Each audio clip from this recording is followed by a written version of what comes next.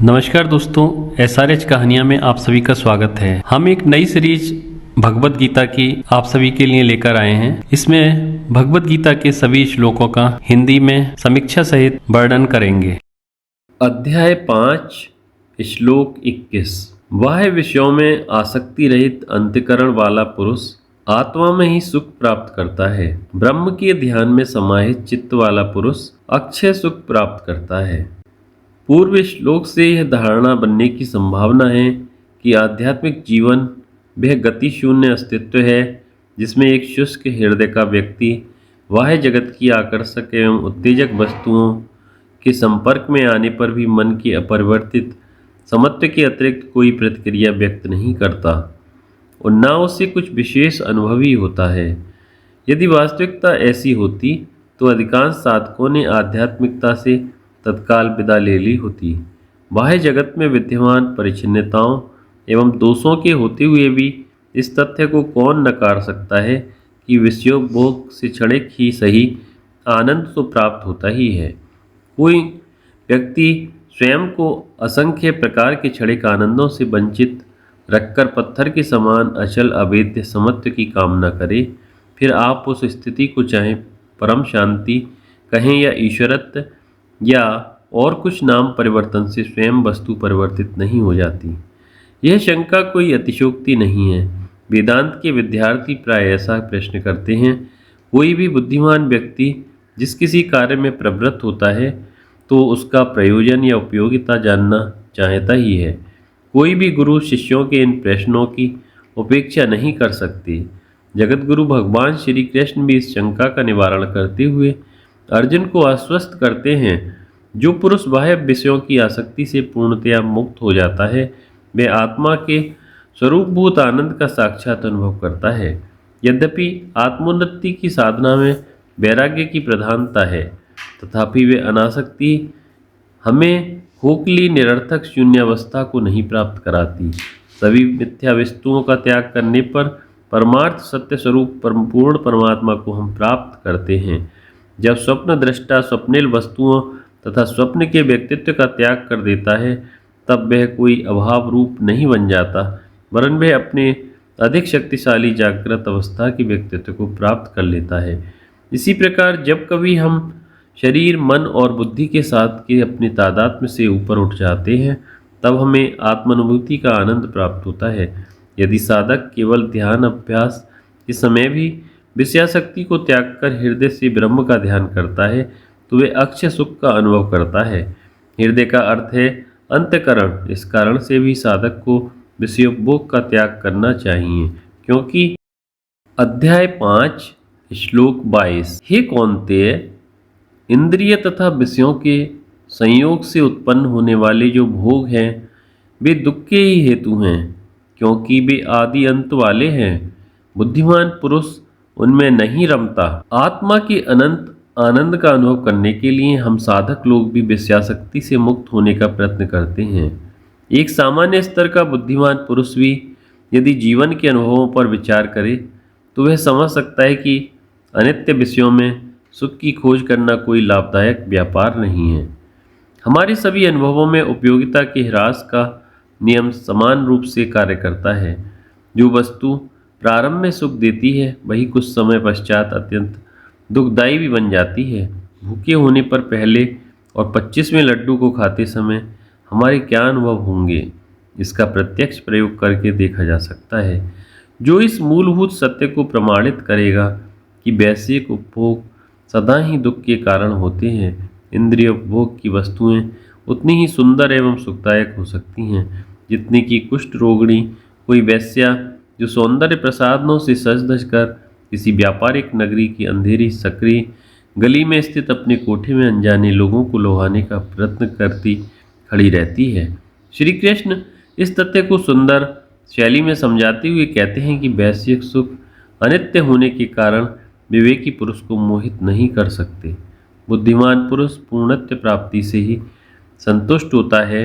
हम भौतिक परिच्छिन्न वस्तुओं के पीछे अधिक संतोष और आनंद पाने की आशा में दौड़ दौड़कर स्वयं को थका लेते हैं और उस झूठी आशा में न जाने कितने हीन कर्म भी करते हैं, जबकि वास्तविक शुद्ध, दिव्य और पूर्ण आनंद केवल आत्मानुभूति के द्वारा ही प्राप्त हो सकता है। श्रेय मार्ग का एक और प्रतिपक्षी शत्रु है जो सब अनर्थों का कारण तथा दुर्जय है। इसलिए सबके परिहार के लिए प्रयत्नाधिक्य की आवश्यकता है। भगवान कहते हैं, अध्याय 5 श्लोक 23, जो मनुष्य इसी लोक में शरीर त्यागने के पूर्व ही काम और क्रोध से उत्पन्न हुए वेग को सहन करने में समर्थ है, वह योगी और सुखी मनुष्य है। भगवान स्वयं अनुभव करते हैं कि उनके द्वारा ज्ञानी पुरुष का कुछ अत्यधिक उत्साह से किया हुआ वर्णन साधकों को असंभव सा प्रतीत हो सकता है। कारण यह है कि मनुष्य का वर्तमान जीवन इतना अधिक दुखपूर्ण और परावलंबी है कि साधारण मनुष्य पूर्ण आनंद के जीवन की कल्पना भी नहीं कर सकता। यदि कोई दर्शन ऐसा आदर्शवादी है जिसका हमारे व्यावहारिक जगत से कोई संबंध ही न हो, तो वह केवल एक मनोरंजक कल्पना तो हो सकता है, परंतु मनुष्य को श्रेष्ठतर बनाने की सामर्थ्य उसमें नहीं होगी। ऐसी त्रुटिपूर्ण धारणा को दूर करने के लिए श्री कृष्ण सभी साधकों को यह कहकर आश्वस्त करते हैं कि आवश्यक प्रयत्नों के द्वारा इस आनंदपूर्ण जीवन को इसी लोक में रहकर जिया जा सकता है। मेरे पितामह एक महान वीणा वादक थे। आज तक उनकी वीणा घर में सुरक्षित रखी है। संगीत से मेरा भी प्रारंभिक परिचय होने के कारण एक दिन अचानक मेरे मन में विचार आया कि क्यों न पितामह की वीणा का उपयोग कर रातों रात महान संगीतज्ञ बना जाए। यह विचार करके यदि उस वीणा को मैं उसी स्थिति में बजाने का प्रयत्न करूं, तो उसमें से शुद्ध संगीत नहीं सुनाई पड़ सकता और हो सकता है कि उसके साथ अधिक खिलवाड़ करने से वह टूट ही जाए। उस वाद्य का उपयोग करने से पूर्व आवश्यकता है उसे स्वच्छ करने की, उसके तार बदलने की और उसे स्वर में मिलाने की। इन सब के सुव्यवस्थित होने पर उसी वीणा पर मधुर संगीत सुना जा सकता है। ठीक इसी प्रकार अनादिकाल से उपेक्षित हमारा अंतःकरण इस योग्य नहीं रहा है कि पूर्णत्व के गान को वह गा सके। अब हमको चाहिए कि साधनाभ्यास से उसे शुद्ध और सुव्यवस्थित करें, और जिससे उसमें पूर्ण आनंद की अनुभूति हो और वह आनंद उसके माध्यम से व्यक्त हो सके।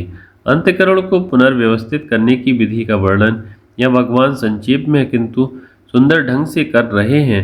कभी कभी उनके कथन की संक्षिप्तता और सरलता ही उनके गंभीर अभिप्राय को समझने में बाधक सी बन जाती है। उनके उपदेश में सरलता का आभास होता है, परंतु अर्थ गंभीर रहता है। काम और क्रोध के वेग को सहन करो और फिर वह व्यक्ति इसी जगत और जीवन में योगी और सुखी है। सिगमंड फ्राइड के आधुनिक विद्यार्थियों तथा अन्य पुरुषों को भगवान का कथन अवैज्ञानिक रुक्ष उत्साह का प्रतीक प्रतीत हो सकता है। इसका कारण केवल यही है कि मानव व्यवहार तथा मनोविज्ञान की सतही बातों से उनके मन में अनेक धारणाएं बन चुकी हैं, पूर्वाग्रह दृढ़ हो गए होते हैं। परंतु उक्त विचार की सम्यक समीक्षा करने पर हम देखेंगे कि उसमें जीवन को सुखपूर्ण बनाने के लिए अत्यंत उपयोगी सुझाव दिए गए हैं। बुद्धि रूपी पर्वत सुरंग से नीचे की ओर तीव्र गति से सरकती हुई विचारों की हिमराशि का नाम है कामना, जो हृदय रूपी घाटियों से गुजरती हुई बाह्य जगत में स्थित प्रिय विषय की ओर अग्रसर होती है। जब विचार रूपी हिमराशि के फिसलन मार्ग पर शक्तिशाली अवरोधक लगा दिया जाता है, तब उस अवरोधक तक शीघ्र ही पहुंचकर छिन्न भिन्न होकर वे आत्म विनाश का रूप धारण करती है, जिसे कहते हैं क्रोध। काम और क्रोध यही दो वृत्तियां हैं जो साधारणतः हमारे मन में अत्यंत विक्षेप या क्षोभ उत्पन्न करती हैं। कामना की तीव्रता जितनी अधिक होती है, उसमें विघ्न आने पर क्रोध का रूप भी उतना ही भयंकर होता है। मनुष्य विषयों की कामना केवल सुख प्राप्ति के लिए ही करता है। जिस व्यक्ति ने यह समझ लिया कि विषयों में सुख नहीं होता और आनंद तो स्वयं का आत्मस्वरूप ही है, वे व्यक्ति इन उपभोगों से विरक्त होकर स्वरूप में स्थित होने का प्रयत्न करेगा। ऐसे व्यक्ति के मन में विषयों की कामनाएं नहीं होंगी। स्वाभाविक है कि उनके अभाव में क्रोध उत्पन्न होने के लिए कारण ही नहीं रह जाएगा। जिसने इन दो शक्तिशाली एवं दुर्जय वृत्तियों को अपने वश में कर लिया, वही एक पुरुष इस जगत के प्रलोभनों में स्वतंत्र रूप से अप्रभावित रह सकता है। वही वास्तव में सुखी पुरुष है। अर्जुन के माध्यम से भगवान का हम सबके लिए यही उपदेश है कि हमें काम और क्रोध को जीतने का प्रयत्न करना चाहिए। उनका आश्वासन है कि इन पर विजय प्राप्त करने पर हम इसी जगत और जीवन में परमानंद का अनुभव कर सकते हैं। इन गुणों के संपन्न व्यक्ति ब्रह्म में स्थित होता है। भगवान कहते हैं। दोस्तों, इसी तरह की और वीडियोस के लिए आप हमारे YouTube चैनल SRH कहानियाँ सब्सक्राइब करें। वीडियो देखने के लिए बहुत बहुत धन्यवाद।